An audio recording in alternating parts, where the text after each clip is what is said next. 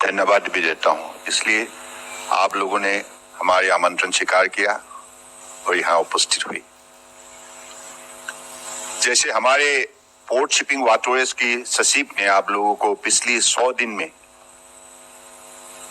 हमारे देश के आदर्शवादी नेता, दुनिया के सबसे लोकप्रिय नेता प्रधानमंत्री नरेंद्र मोदी जी की नेतृत्व में, मार्गदर्शन में हमने जो भी काम की है, जो सफलता प्राप्त की है, इसके बारे में उन्होंने आप लोगों को जानकारी दी।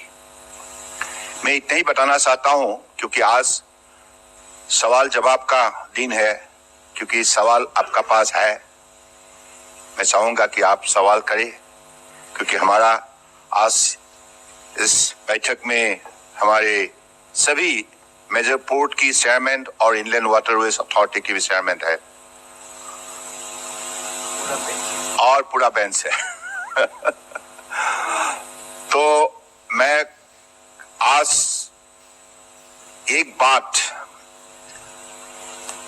जो पिछले कई सालों से लोगों की सवाल के रूप में हमेशा हमें सामना करना पड़ता था, क्योंकि कामाराजा पोर्ट के बाद 1999 that was the last major port developed by government of India about 25 years back. उसके बाद कोई मेजर पोर्ट बने नहीं थे, लेकिन पहली बार के लिए परम आदरणीय प्रधानमंत्री जी के नेतृत्व में आज 2 मेजर पोर्ट बनने जा रहा है। एक वाधवान पोर्ट, उसका कैपेसिटी करीबन 300 million metric ton per annum, including 23.2 million क्यूज कंटेनर, और काम शुरू हो गया है। दूसरी हमने नोटिफाई की है गलाथिया बे। गलाथिया बे का भी कैपेसिटी होंगे 16 मिलियन क्यूज कंटेनर। सो ये 2 पोर्ट मिलाकर आप भारत सरकार के अधीन में 14 मेजर पोर्ट होंगे, और अगली 5 साल में हमारे कंटेनर हैंडलिंग कैपेसिटी 2 गुना बढ़ेगा। अब 20 मिलियन क्यूज है, और 5 साल का बाद by 2030 it would be 40 million क्यूज plus. Which will create more than 2 million job opportunities across the country. और साथ साथ में हमारी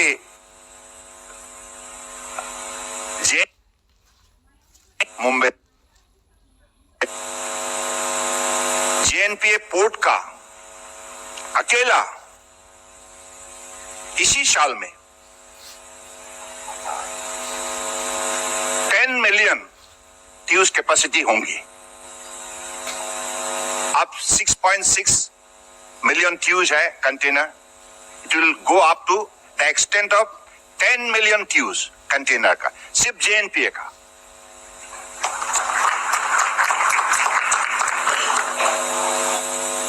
और वाधावन में पहली बार के लिए, जैसे सागरमाला में आप सबको मालूम है, इसके बारे में काफी चर्चा भी हुई है, काफी हमारी प्रोजेक्ट अब लागू हो चुका है सफल पूर्वक, सही समय पर राज्य सरकारों के साथ मिलकर, प्राइवेट प्लेयर्स के साथ मिलकर। तो सागरमाला में एक बिंदु है पोर्ट लेट इंडस्ट्रियलाइजेशन, उसी के आधारित हमारा following that principle we are going to develop the agro processing zone in the Vadhavan port for the first time. Agro processing zone.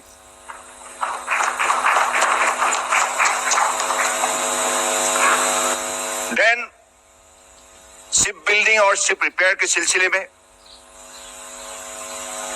आप भारत का पोजीशन क्या है आप सबको मालूम है, इसलिए हम चाहते हैं कि हम मैरीटाइम नेशन के हिसाब से दुनिया को हम नेतृत्व दे, हर वर्टिकल में, हर सेक्टर में अपना शक्ति हम दिखाए, काबिलियत दिखाए। इसके लिए हमारे लक्ष्य हमने तय की है, अगले 5 साल के अंदर दुनिया के टॉप 10 शिप बिल्डर के बीच में हम भी होंगे। और शिप बिल्डिंग और शिप रिपेयर के सिलसिले में हमारे पास प्रदेश सरकार का साथ जमीन के सिलसिले में हम लोगों ने बात पूरा कर लिया है। महाराष्ट्र, केरला, आंध्र प्रदेश, उड़ीसा और गुजरात, 5 प्रदेश में शिप बिल्डिंग और शिप रिपेयर के लिए क्लस्टर बने जाएंगे। क्लस्टर और 3,900 एकर्स ऑफ लैंड अलॉटेड की गई है कांडला पोर्ट और Tuticorin port to set up the hydrogen manufacturing hub, and which will attract the investment of more than 5 lakhs crore. 5 lakhs crore investment this particular hub will bring. So this is the unique kind of initiative within these 100 days. As per the direction of our Honorable Prime Minister.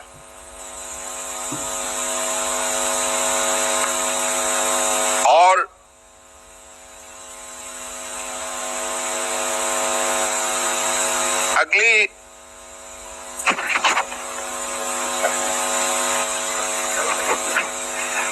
अगले नवंबर को the great ocean dialogue, जिसका नाम हमने सागर मंथन,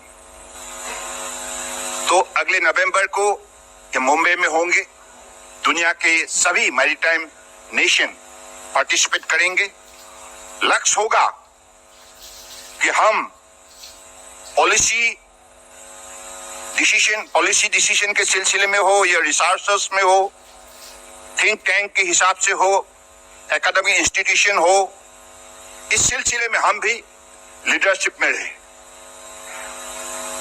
तो दुनिया में maritime sector इतने बड़े सेक्टर है जिसके जरिए हर देश, विशेष रूप से more than 139 maritime nations now putting their efforts to enhance the power of economy and their growth. So on the same way, I believe in this particular sector, one of the most key sector of our global economic growth, India wants to be a leader, and as a leading maritime nation, we should have all the essential mechanism, essential initiative on our part. So that is why we want to take the leadership in this sector also. So these are the some of the key point I have highlighted before you. और मैं चाहूंगा कि आपके पास अगर कोई सवाल है निश्चित रूप से आप करें, क्योंकि हमारे सचिव महोदय ने कई हमारे 10 जो प्रोग्राम ब्रॉड पर्सपेक्टिव में उन्होंने इलाबोरेट भी की है। तो मैं चाहूंगा कि आप इस सवाल जवाब में आप भी पार्टिसिपेट